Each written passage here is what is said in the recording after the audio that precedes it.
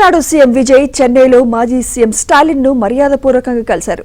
స్టాలిన్ ఇంటికి వెళ్లిన విజయ్ కు ఉదయనిధి ఆత్మీయంగా స్వాగతం పలికి లోపలికి తీసుకువెళ్లారు. సీఎం విజయ్ ను శాలువాతో సత్కరించారు స్టాలిన్. వీరిద్దరూ అసెంబ్లీ ఎన్నికల ఫలితాలతో పాటు ప్రస్తుత రాజకీయాలపై చర్చించినట్లు తెలుస్తోంది.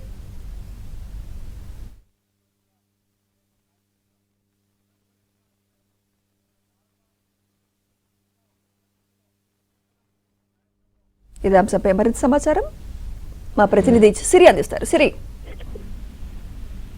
తమిళనాడు రాజకీయాల్లో ఇప్పుడు మరో ఆసక్తికర పరిణామం చర్చనీయాంశంగా మారింది.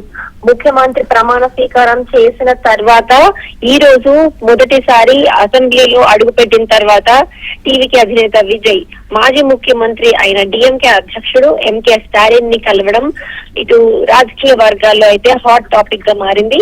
అయితే ఈ భేటీ కేవలం మర్యాద పూర్వకంగా మాత్రమే కలిశారా, లేదా తమిళనాడు రాజకీయాల్లో ఏదో కొత్త సమీకరణాలు సంకేతమా అనే చర్చ అయితే జోరుగా సాగుతోంది.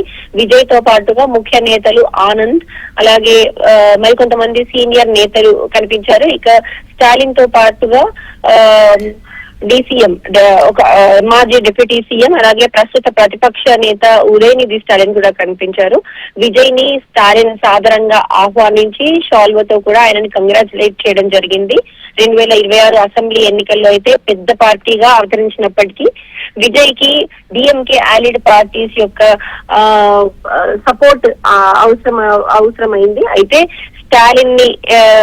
స్టాలిన్ డిఎంకే పార్టీస్ కి గ్రీన్ సిగ్నల్ ఇవ్వడంతో అటు వీసీకే, సిపిఐ, సిపిఎం కూడా విజయ్ పార్టీకి ఆయన మద్దతు ప్రకటించారని తెలుస్తోంది.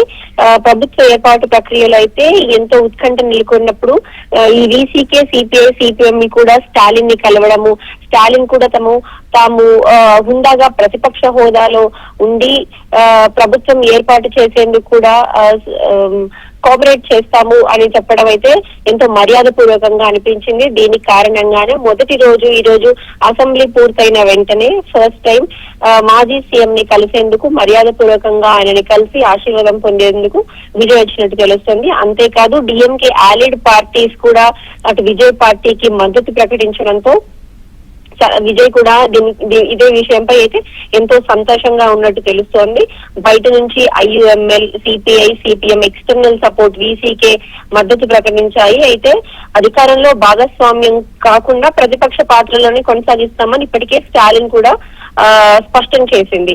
అయినప్పటికీ రాజకీయ విశ్లేషకుల అభిప్రాయం ప్రకారం అయితే భేటీ వెనుక కారణాలు ఉండొచ్చు అని కూడా తెలుస్తోంది. ఒకటైతే తమిళనాడు స్థిరమైన ప్రభుత్వానికి రాజకీయ స్థిరత్వం అవసరం ఉందనే సందేశం ఇవ్వడం. అంటే రెండు పార్టీలు కూడా ఎంతో హుందాగా, అటు విజయ్ పార్టీ ఇటు డిఎంకే పార్టీ కూడా ఎంతో హుందాగా మర్యాద పూర్వకంగా ఒకరినొకరు విష్ చేసుకోవడము, ఎన్నికల గొడవ లేదా వేడి ముగిసిన తర్వాత కూడా ఒకరినొకరు పరస్పర గౌరవాన్ని అటు ప్రజలకు కూడా చూపించడం ఎంతో ముఖ్యం కూడా అయింది. ఎందుకంటే గత 10 రోజులుగా కూడా ఇక తమిళనాడు రాజకీయాలు అయితే ఎంతో ఉత్కంఠను రేపిందని చెప్పొచ్చు. అంతేకాదు అసెంబ్లీలో రాబోయే కీలక పరిణామాల ముందు కూడా ప్రత్యక్ష ఘర్షణలు తగ్గించే ప్రయత్నంగా కూడా ఈ భేటీని చూడొచ్చని రాజకీయ విశ్లేషకులు అయితే చెప్తున్నారు. Right, thank you.